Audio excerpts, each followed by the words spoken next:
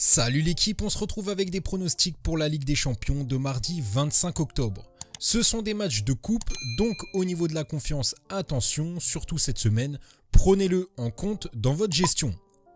Si tu n'es pas encore abonné à cette chaîne, n'hésite pas à le faire pour ne pas manquer les prochaines vidéos et on va commencer tout de suite avec les analyses. La première chose que j'ai à dire pour cette vidéo, c'est de faire attention aux équipes déjà qualifiées, notamment Manchester City et le Real qui risquent de faire tourner ou qui ne vont peut-être pas chercher absolument la victoire.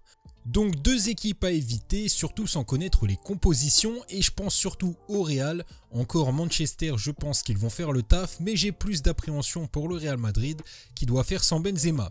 Pourquoi pas la belle cote du match nul d'ailleurs entre Leipzig et le Real, mais ce pronostic serait plutôt du fun. Au niveau des pronostics, on pourrait s'intéresser à Benfica qui se bat pour la première place du groupe et qui a de bons résultats à domicile. Contrairement à la Juventus qui a du mal à l'extérieur, mais je pense que ce sera un match serré. Du coup, niveau pronostic, je propose plutôt la victoire de Benfica, rembourser 6 matchs nuls, d'autant plus que c'est un match de coupe, donc c'est toujours plus intéressant de prendre une double chance. Ça va également dans le sens des rencontres précédentes entre ces deux équipes, et il y a des absents du côté de la Juventus, et en plus de ça, ça va dans le sens de la variation. Le deuxième match, le PSG joue pour la première place, c'est un match important pour eux, et en plus à domicile, donc ils devraient gagner face à l'équipe la plus faible du groupe.